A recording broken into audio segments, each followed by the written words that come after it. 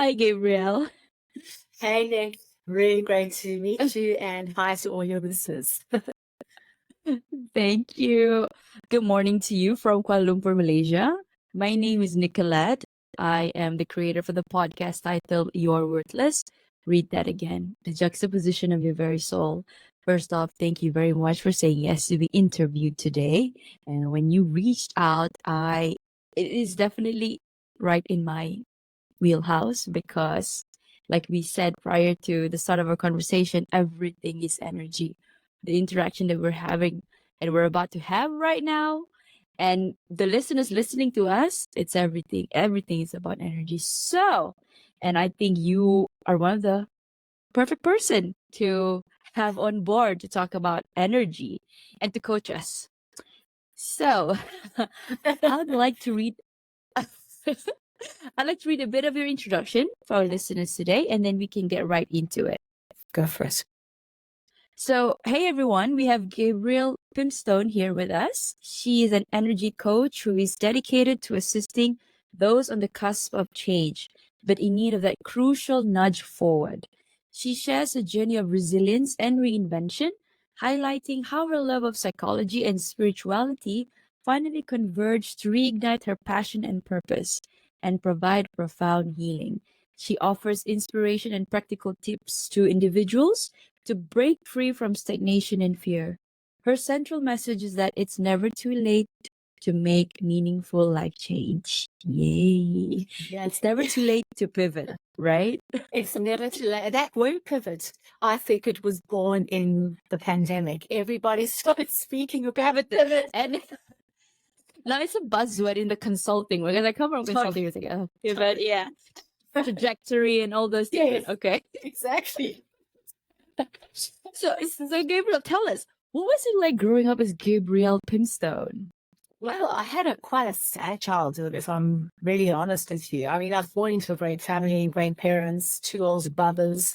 But when I was 5, my father got terminal cancer and he died when I was 9. And, those sorts of events really shape the trajectory of your life. And, to normalize it, we all go through trauma as kids. It doesn't have to be capital T trauma, which was my experience. It can be kind of small letter trauma, which is being pushed on the playground or being bullied at school. And so, I don't believe that my story is that much more unique than anyone else's. But what it did was it really got me asking questions. And from a very, very young age, like I was, journaling my dreams, trying to understand what was going on in my head, trying to, asking big questions about life. And that event kind of moved me in a trajectory of psychology. I was interested in spirituality and psychology, but spirituality wasn't a done thing in those days.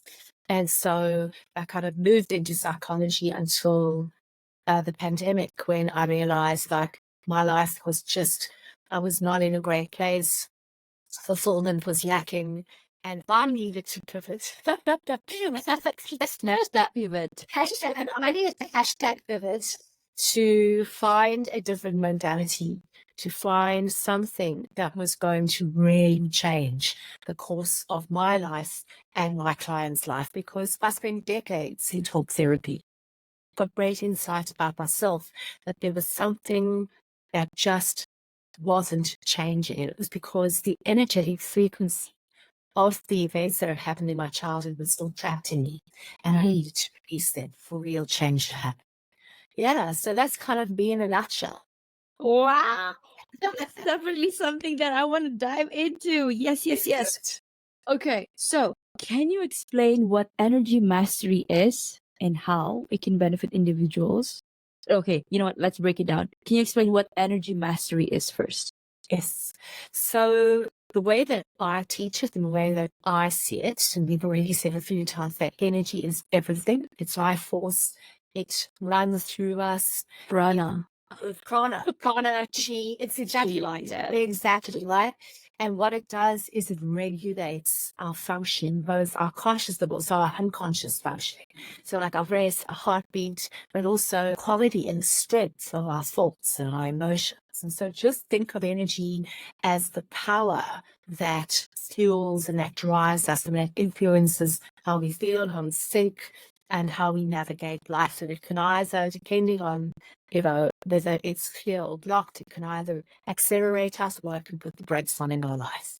So what energy mastery? So energy mastery is, I've defined it as 5 disciplines. Firstly, understanding what your energy is. So going within and being able to really, with conscious awareness, understand whether your energy is heavy or light and what that's doing to your world. So understanding your energy, first pillar. Second pillar is protecting your energy. Very important. I love that. Yeah. Yeah, I'm talking a lot about that because we are surrounded by toxicity, as you know. And so it's really important for us to have tools and techniques to protect our energy from the outside. Third pillar is clearing our energy and walk around with deeply held energy blocks, childhood, from the womb, passed down from generation to generation, and some of them are actually karmic. And so what I teach people is how do you clear and release these deeply held blocks. That's the third pillar. The fourth pillar is how you maintain your energy so that you stay at a high vibration and you interrupt dips quickly. And the fifth pillar is how you optimize your energy, which is how you expand your capacity so that you can house more potent energy and therefore manifest and do more with what you've got in life. Mm. So that's the 5 minutes of it, Nick. Yeah.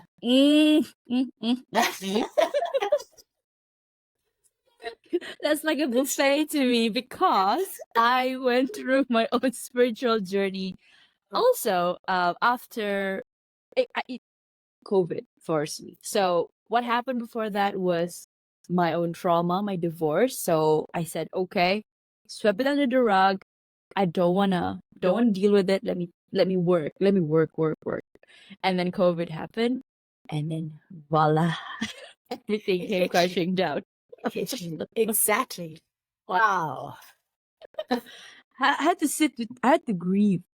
Yes. That was the thing that was I was trying to run away from. I didn't face myself. I didn't feel the emotions that I had to feel because it's an investment, right? Any relationship is an investment. So so and that brought me into my own journey. And safe to say, after 4 years, a friend of mine told me this. He said, Nick, you need to love yourself. And I was like, what do you mean love myself? I love myself. I take myself out on dates. No, wait, hang on. To salons, massages, and all this. I love myself. Yes. No, and he said it again, but in a different tone. But I knew it meant something. He said it again. No, you need to love yourself. It took me 4 years to understand that. I need to love myself because it starts from me. So Yes. having So you much of what you're saying. There's so much of what you're saying. Can I just come in? yes, please. Oh, let's talk. I'd love to talk about grief because that was been a stuff that I released, but I want to just talk about this idea of loving yourself, because what you're saying is that self-care, go to the nail salon, and so Yeah, I'm mistaken it with self-love. it's not self-love. It's an act of love, but it's not self-love in and of itself. You can doing those things, but still have really toxic self-talk, for example. And those are the things, the deeper things we need to get to. So I wanted to just really talk a little bit about that. And just reiterate what you say. And I mean, I think it took you only 4 years, because it took me 50 years to unwind zero.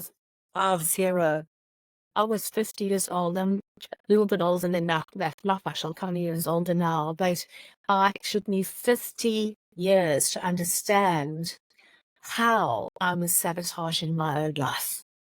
When good things happen to me, I sabotaged it. And it all came from a really interesting limiting beliefs, Nick, because, and it was spoken about by Dan's class. It was such a seminal moment in my life.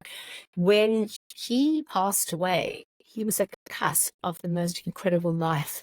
He's married to my mom, to three wonderful children. He had a career that was really, really going places. A top job offer in Canada. He was a world-renowned, actually, a medical endocrinologist. Wow. Pioneer, and then he died. So for me, my limiting belief was that, you can't have it all. If you succeed, Ooh, I had chills. Ooh, I had chills. did you? Well, I'll tell you one more. If you succeed, if you stop worrying and if you succeed in life, you're going to pay the ultimate price. And the ultimate price. So the minute you relax, the minute you allow goodness to come into your life, you're going to become complacent, and the universe is going to pull the rug from under your feet. Because we're not deserving of it. All boils down to that. Well, for me, it was because I saw what happened to my father. It was the association. He had it all, and then he lost it all because he died. So it's an interesting thing how our mind keeps us trapped in a invisible spiritual prison. That when you really look at it, it's bizarre what you think. It's crazy. But, and until we uncover and really, and, peel back the onion and uncover these core beliefs, which have energetic frequency, we remain trapped and stuck in that prison. Can you tell me what, I don't know if you're familiar with the map of consciousness. So when you were, Yes. yeah. Yes. So how did you position yourself? How did you move yourself from that degrading talk Yes. to switching, Yes. entering the higher Higher realm of the higher realms? Yes. I'm not at the top. Can't remember what the top dimension is. Top is enlightenment. That's good. If he says, yeah. That's been simply masters. I don't even got the second top path, but I'm somewhere in. I'm aware now of. I'm able to tap into realms that most people can't see. I think that's the fifth dimension. So how did I get from self-hatred, really bad, not self-hatred, but really shocking self-talk, these limiting beliefs? Well, you've got to do your work, Nick. There's no way around it. It's what you hear this, you just have to. It's very hard. It doesn't mean you got to do energy healing. You can sit in therapy. You could do whatever you want in multiple ways. But you've got to dedicate and devote time. Like most of us need a catalyst. Like I didn't just do it out of nowhere. So 2020 was my catalyst. I was in this really awful job at City Cheval in a bank. It was atrocious.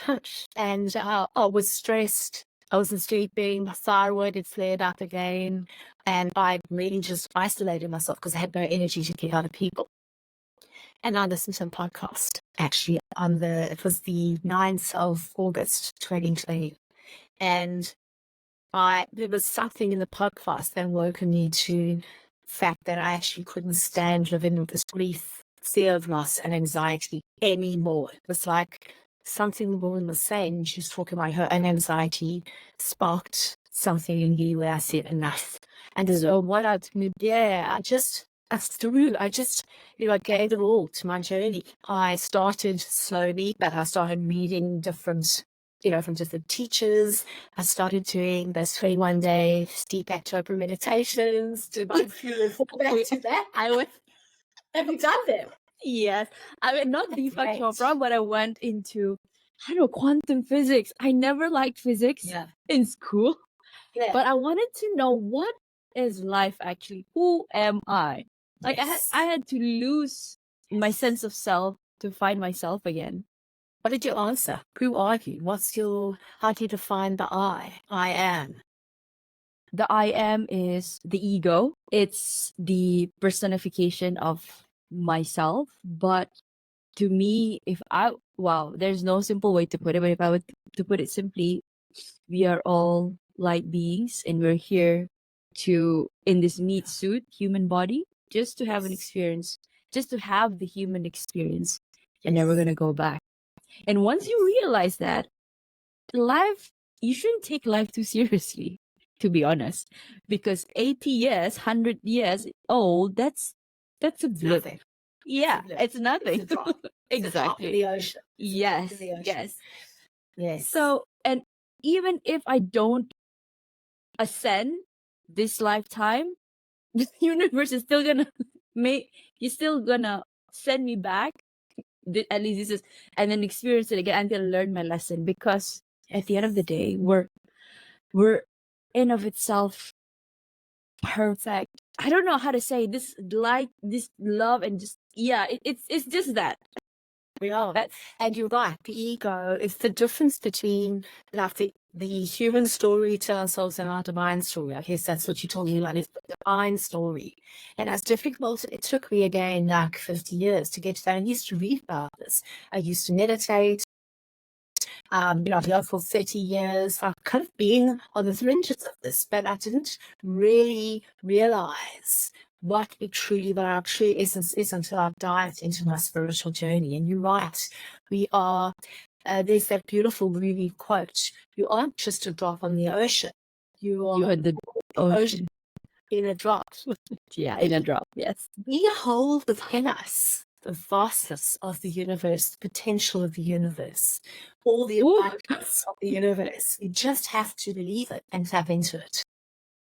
We are the universe in the universe.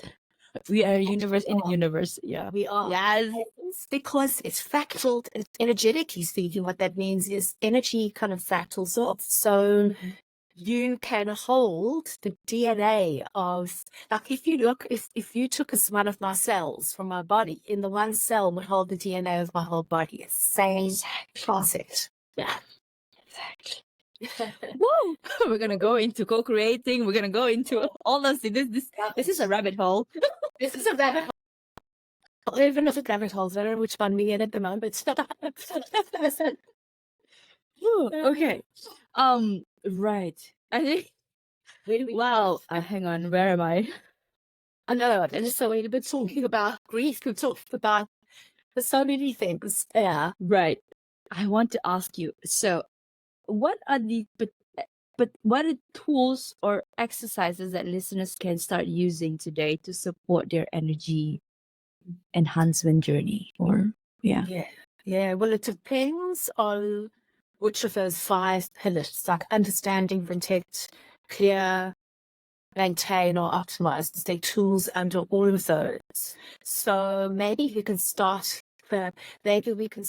with understanding and just see what comes from there, and then tell me about tools for protecting your energy, because I think that's really just like, yes. Okay. We have a tsunami of information, people all trying to grab our attention. We need that. Yes. Well, understanding your energy is important, because we've already said this several times that, everything's made up of energy, and it's core, thoughts, begins, emotions, or habits, decisions, everything is made up. It is just energy.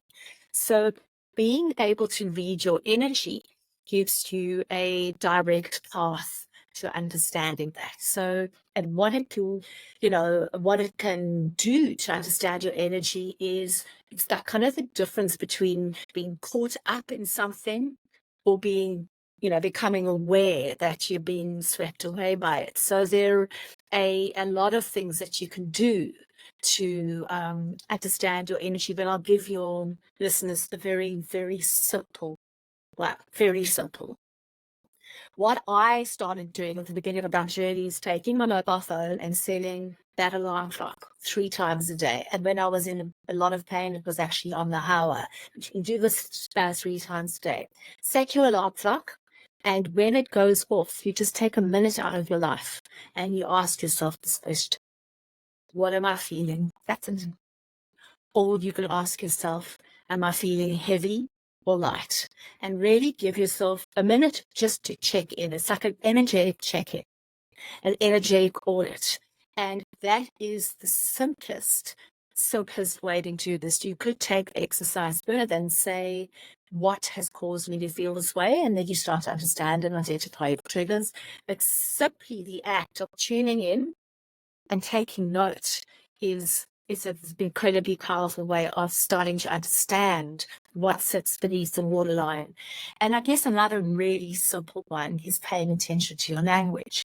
The words we use give us a clue as to what's happening inside us at an energetic level. So I hear somebody who says, I'm an idiot 10 times a day, or I used to say I'm exhausted all the time. And when I looked at that, I realized that energetically, I wasn't physically tired, but energetically I was burnt out. So that's another thing, just paying attention to the words that you use. Mm, mm. Simple. Wow. But I wanted, woo, I wanted to go back to you mentioned about karmic just now, and then the second part where you said the checking in, like some sort of a pulse check, right? And then the third one was how do we? So say somebody is feeling heavy, but it's very hard for them to pull. Okay, it's like okay, I need to operate at 80% or 90% capacity. I am going to not listen, and I'm just gonna go on, and until they hit that breaking point, enough is enough. Yeah. And oftentimes it's about, how do I say this? Like you said, a catalyst. Yes. It's always a catalyst. It's something internal and it's also external, but the most powerful one is usually the internal one. Yes. When I want to circle back to when you said you listened to a podcast, and that triggered something in my head. I'm like, because it's always, I just remembered, sometimes we don't need to look at the messenger, we need to look at the message that's being sent to us.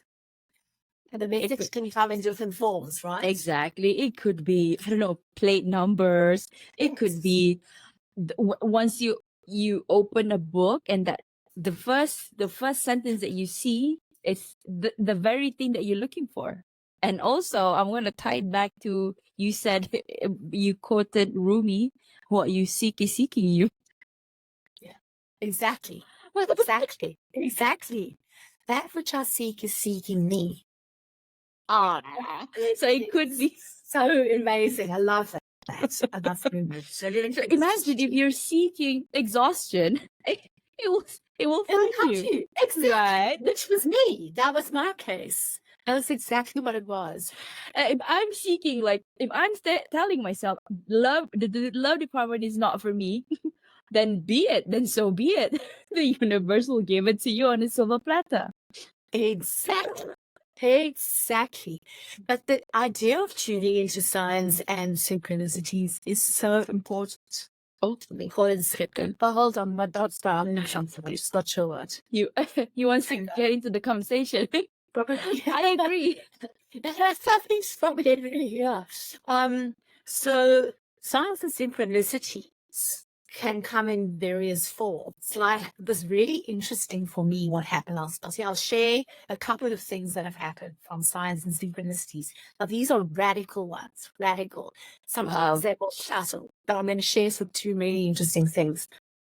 Years ago, it was Sunday, and I was feeling very stuck and very trapped in my life. And I just couldn't move forward. And I took my journal out and I did a journal entry, and then I ended it with this question: how do I learn to trust more? Which is actually what I'm talking about. How do I learn to trust? 3 minutes later, I went onto my garden and I looked up in the sky. I could show you the pictures you really wanted. Yeah. In it was an airplane. You know that they write those words in the sky. Oh my God, I had it. The word trust. I had chills again. The word trust was in the sky. No way. Isn't that incredible? So now acting on that, I had to work on, it was obvious what the lesson was. that I had to work on trust. Here's another interesting one. It was, again, everything happens on a Sunday. It was a Sunday. And I thought about this woman who I worked with 25 years ago. I haven't thought about her in 25 years. She was somebody I was quite close to at the time that I just lost touch. And, Mondays would I rolls around. I see that woman walking up my Out of the blue. I hadn't seen her, I hadn't thought of her. Out of the blue, you hadn't texted Nothing. I nothing. didn't know what her number was. I'd lost complete touch with her. And she's walking up my driveway, and I called and I said, "Is this you?" And she goes, "Oh my God, Gabe, is that you?" And I said, "What are you doing here?" And she said she's going through a separation and she's looking for a House. rent. Right. And I live up a kind of long panhandle driveway, and there are two properties at the head of it. But look at the other property. Yeah, look at that. Oh my God. So I was like, This is real, guys. this is real. What does this mean? And then I realized, after a case that was a few, maybe 6 months in, we landed up, reconnecting, that she taught me a really interesting lesson about relationships and friendships. I didn't know what it was at the time, but I followed the breadcrumbs. I cultivated a connection with such a big coincidence that I couldn't ignore it. Can you share with us, what did you learn about love and relationship? Yes, well, about more friendships, friendships. I have always been somebody who's been emotionally very intense. And I have dived headlong into romantic relationships with men that don't deserve, me. Same. Right? I have Hashtag relatable. You're right. I have made friends really quickly, only to really see a person's true colours further down the line. So I move fast. I just kind of go in, boots are all. That was me, not anymore. All or the And what actually happened with this woman is she started wanting to see me all the time. When she was going through divorce, she was lonely, or separation, she was lonely. Contacting me, landed up. She actually lived around the corner from me, and I realized, and I went in and I saw a lot of her, and then I started seeing some very toxic traits. And by that stage, I was already seeing her all the time, and connecting, and I didn't know how to backtrack. I didn't know, and I learned from that particular incident that actually I'm a bit of a slow burn. I need to really take my time in relationships more generally, not just romantic relationships, but friendships. I need to really size up a person before I open up myself to them. So that was an interesting lesson. Mm-hmm. Yeah. Yeah. Wow. So all the learnings, it's both the good and the bad. Good and the bad. Very much so. So, the learnings can be about big soulless, big mindless that you really hadn't really paid attention to. So that was an interesting one. And I didn't realize, I was thinking, I wonder why she's shown up in my life. It was only, 6 to 8 years that it held it. But you don't have to have those big synchronicities for them to be real signs. Like, as you say, paying attention to other sequences, paying attention to songs on radio that really, you think something in the song phase that mirrors exactly what it was you think it was. You say you turn to a page in a book that does the same thing. Noticing signs or objects or things that don't really typically come into your life that are suddenly there. Like I know somebody who kept seeing owls, those birds, those night birds, and you see them very often. And, you can always look into what's the spiritual meaning of that. Or you can go within and say, why do I think I'm seeing so many owls? So, that is, there are different ways of tapping it. I love it. Don't you think that the universe is always trying to connect with us? Like It is. all the time. We're just deaf, and Yes. we turn a blind eye on all of that. Yes. Yes, we do. all the time. We have so many avenues for these signs and synchronicities to come to us, including in our sleep when we dream. Yes. Most people don't pay attention to their dreams, but actually all dream, and we all dream several times a night. And a lot of healing happens in our sleep and our dreams. Start a practice of, setting an intention for your dream and then waking up in the morning and capturing what came up. It's an incredible gift that we all have, and most people don't pay attention to it. Sometimes I dream, but then I forget about my. I don't know. It Yeah. feels like I'm in a different timelines. You are. Yes. And then when I wake up, it's like then deja vu comes in. Feels like I've been here. Exactly. Well, we exist in different timelines. We have multi-dimensional selves that exist in the here and now, that exist in the past. There's a past version of ourselves, multiple past versions of ourselves. There are multiple future versions of ourselves.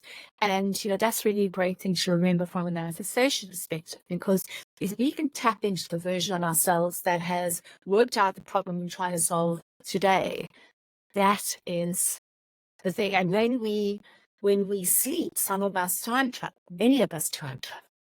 And so it's very useful when you just pay attention to, am I tapping into a version of myself in the past? Is this the future version of myself?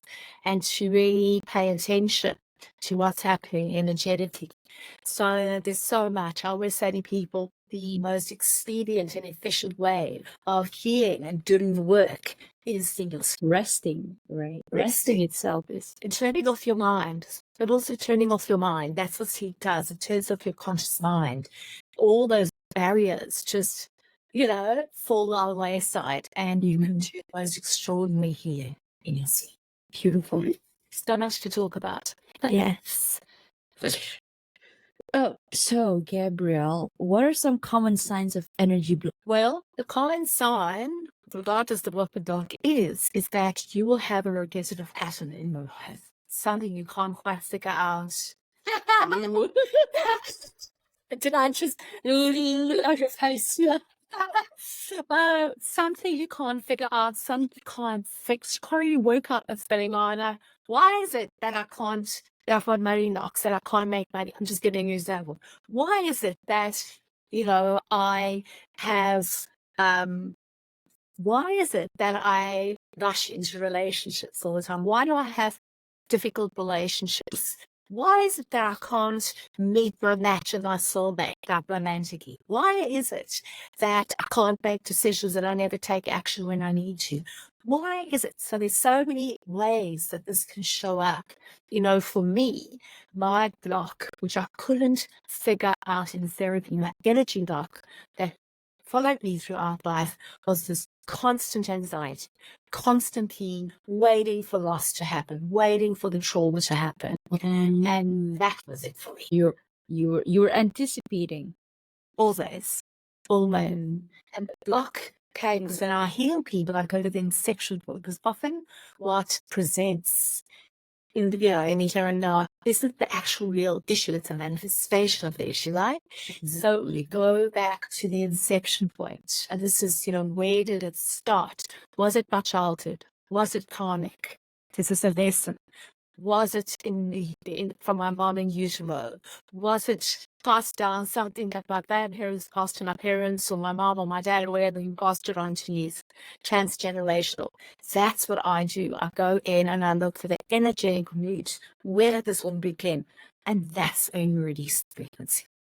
That's why it's so powerful. I love it. So do I.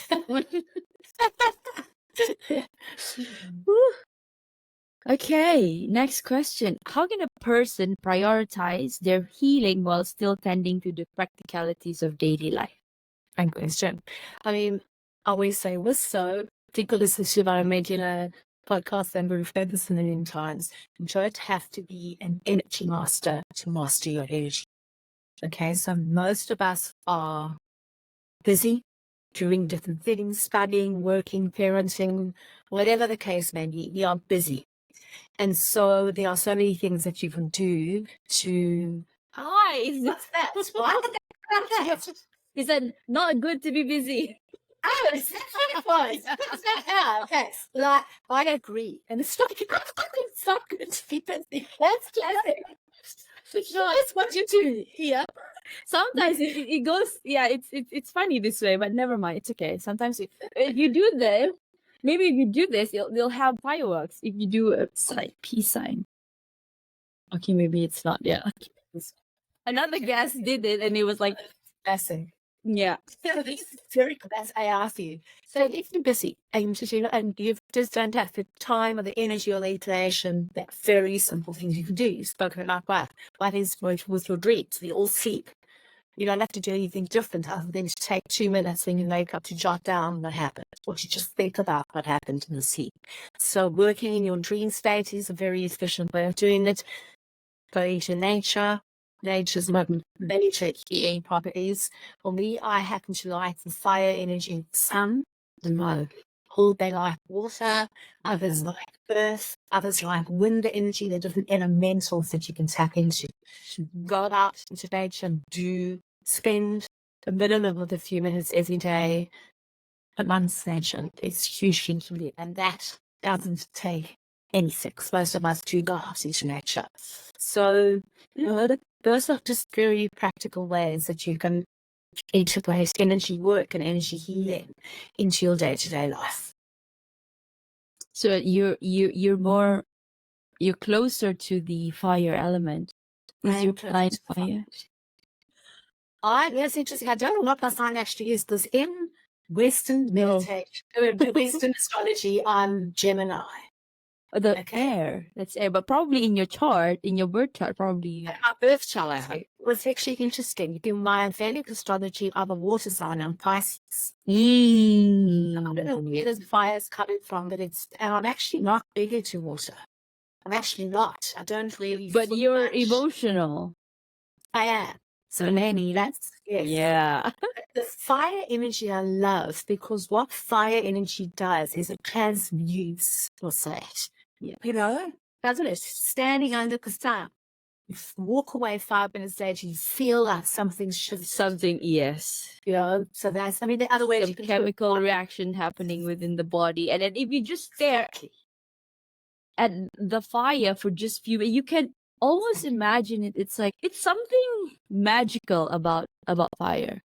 It really is. Well, the flames just change shape all the time. It's alchemizing energy.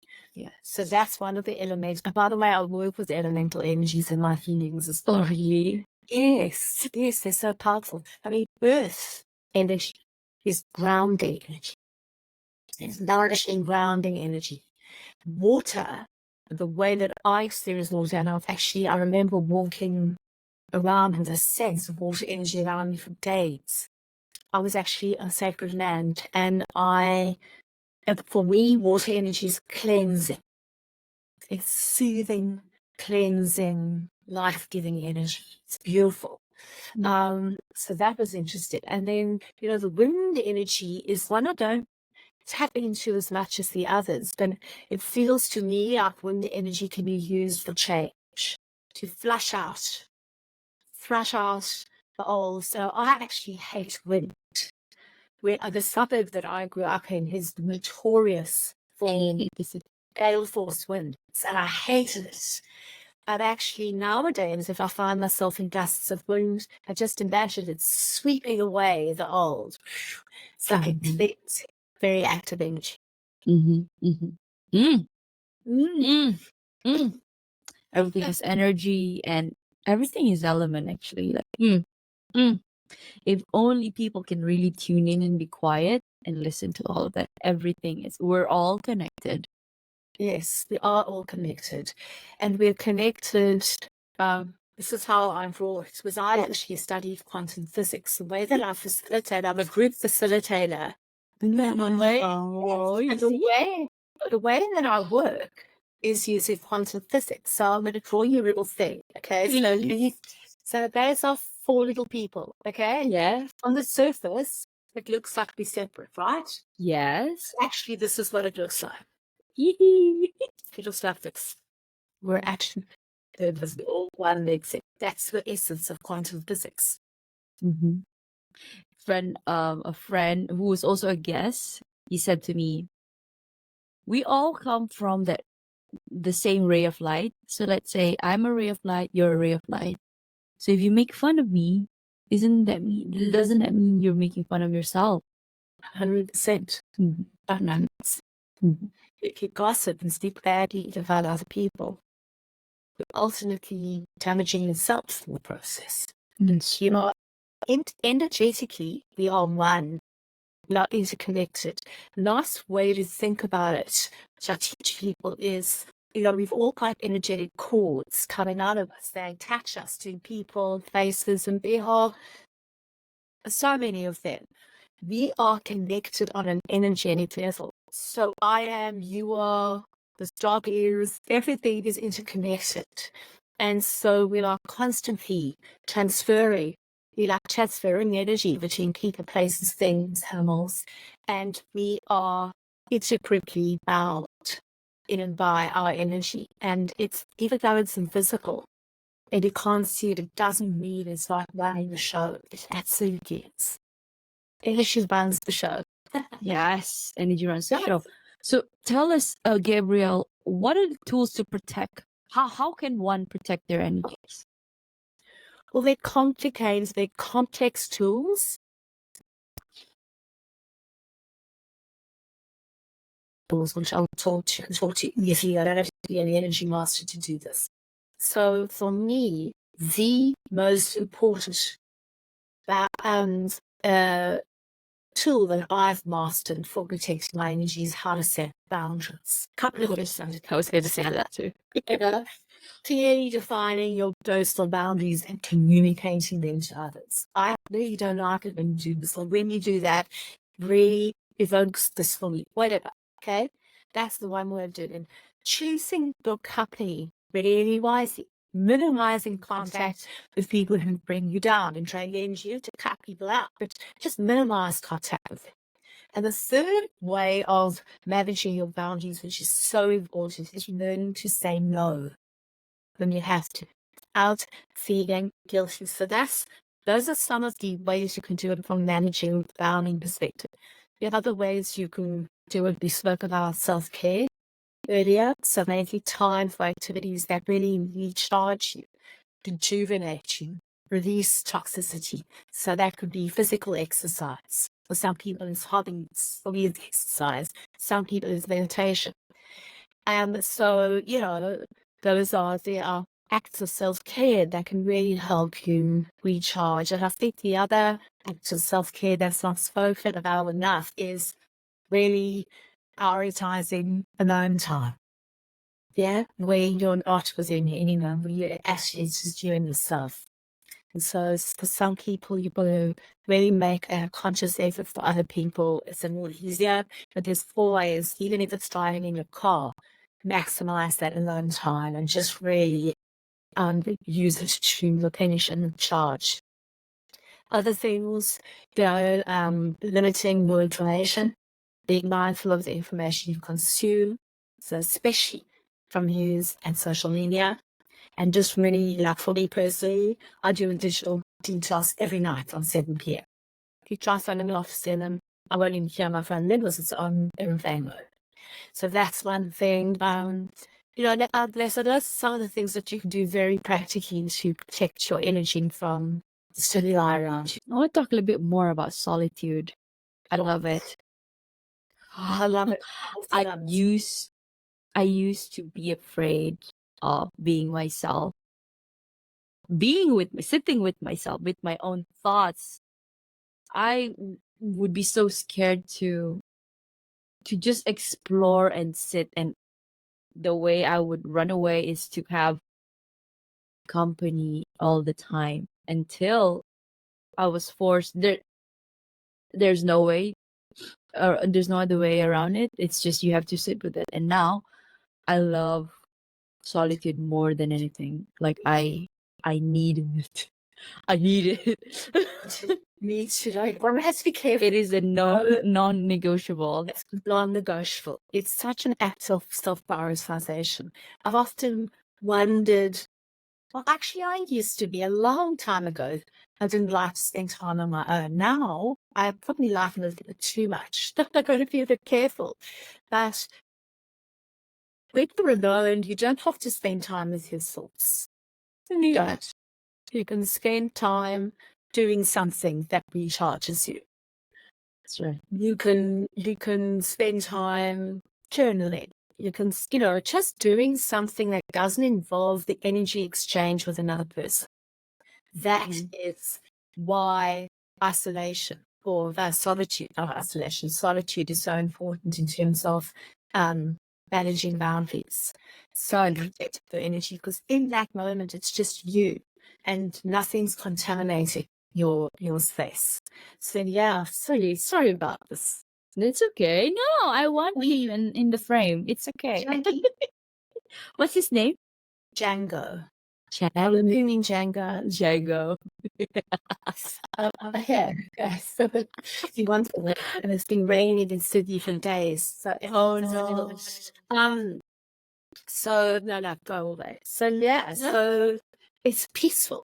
It's peaceful. Yes. And but it doesn't mean you're sitting and meditating or focusing on your deepest dark spheres. It can mean, I love cooking and baking. It can mean getting into the kitchen and creating an incredible dessert, for example. On my own, it's in my rhythm, nothing else. That's an example of being on your own. And being content and happy. But I think to get to that space, you need to first process that and be comfortable, be accepting of yourself. Yeah. That it's okay. You're here. I'm talking.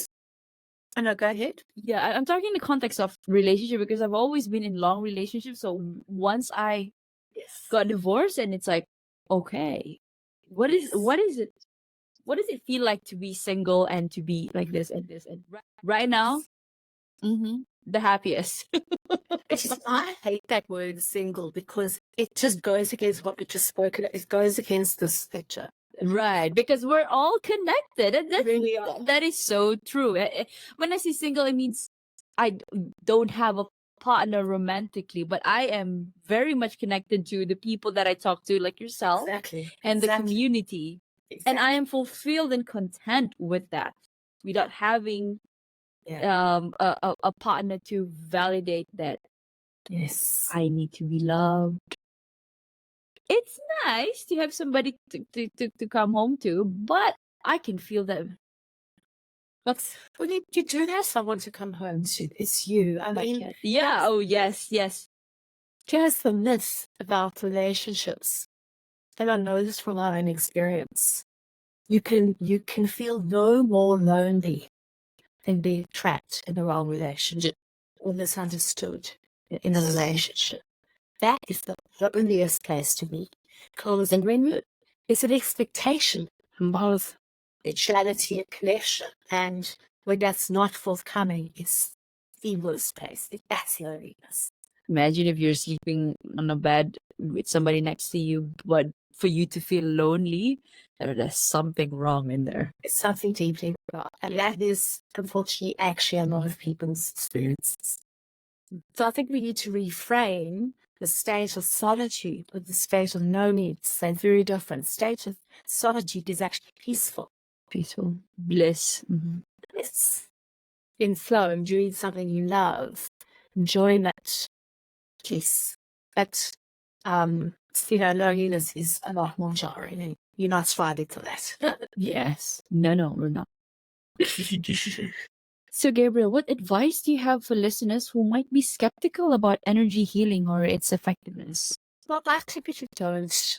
I'm not in the movie trying to tell people that this is the holy grail, even though for me it has been. Because I know that, there isn't, healing is not a one size fits all. There are different ways to wholeness. And energy healing, energy work, mastering your energy is one. Like, talk therapy is another. For some people, like I've got a friend who does ice baths. does the half breathing. That's his, So there are different paths, and I wouldn't necessarily get into that conversation. I would, though, say to your listeners that I understand it's not something that's visible. If you go to the websites of some of the really big hospitals around the world, like the Cleveland Clinic, Johns Hopkins, those big hospitals, have a look at their websites. They have got healing modalities that are complementary for cancer patients and so forth. They do acupuncture. I can't remember which one, but one of them, advertised acupuncture, the other one Reiki, Marathi, Silic Reiki. So there's a very much a growing field in medical science, which is science-based. That is, it's about integrative health, which is an acknowledgement that the mind and the body are so intricately connected. And so it's growing, but it's not for you, it's not for you. I vouch for that. It's just growing. It's been there, and we're just gonna tap into it more and more. And it's not just growing. It's that dimensional continuum you're talking about earlier. That's consciousness. That it's like when I was 11, I became an vegetarian. I started eating meat. I've progressed since then, I've cut out all that dairy and stuff. But when I was 11, I was very attuned to the suffering of animals, etc. And I was the only one amongst all my friends who was vegetarian. And nowadays, so that was like 4 years ago, right? Nowadays, if you go into restaurants, you never have to ask, do you have vegetarian options? There are plenty of vegetarian options. It's becoming, and vegan options. Yeah. So, if you go out for dinner in Sydney, many restaurants offer a separate vegetarian and vegan menu. So that's become mainstream. Yoga's become mainstream. I looked in my yoga class a couple of weeks ago. I was just aware there were a lot of men in my yoga, and a lot of older men, like men north of 70, doing yoga. That I've been doing yoga for 30 years. So in those days, it was very different. Now it's mainstream. Same with alternative healing. It's not quite there yet, but more and more people value and understand that a holistic way of healing yourself is the best way to go. It doesn't mean that's all you do, but it can be a nice adjunct or complement to other modalities that you use. I love it. Thank you for putting it that way. You're welcome, Angel. You're welcome. What is next for you, Gabrielle? So, next for me is it's really about scale, because my greatest intention is to change as many lives for the better as possible. So it's actually about scale.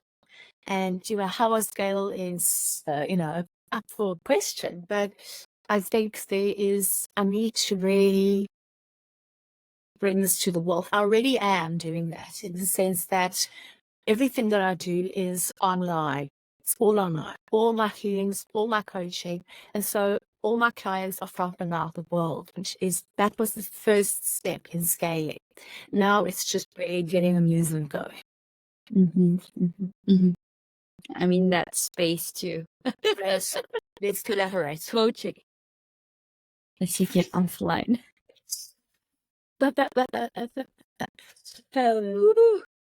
Okay. I would like to ask you, I think we did touch about this, but can I ask you a question on self-worth? So, how can mindfulness and self-awareness practices contribute to self-discovery and a healthier self-concept? Well, mindfulness is around paying attention, being present to what's happening in and around you. Okay.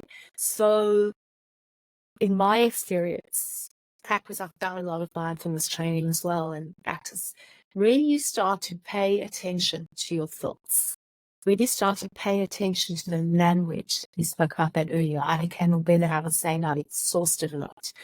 When you start, that is what gives you that is what gives you a direct road back.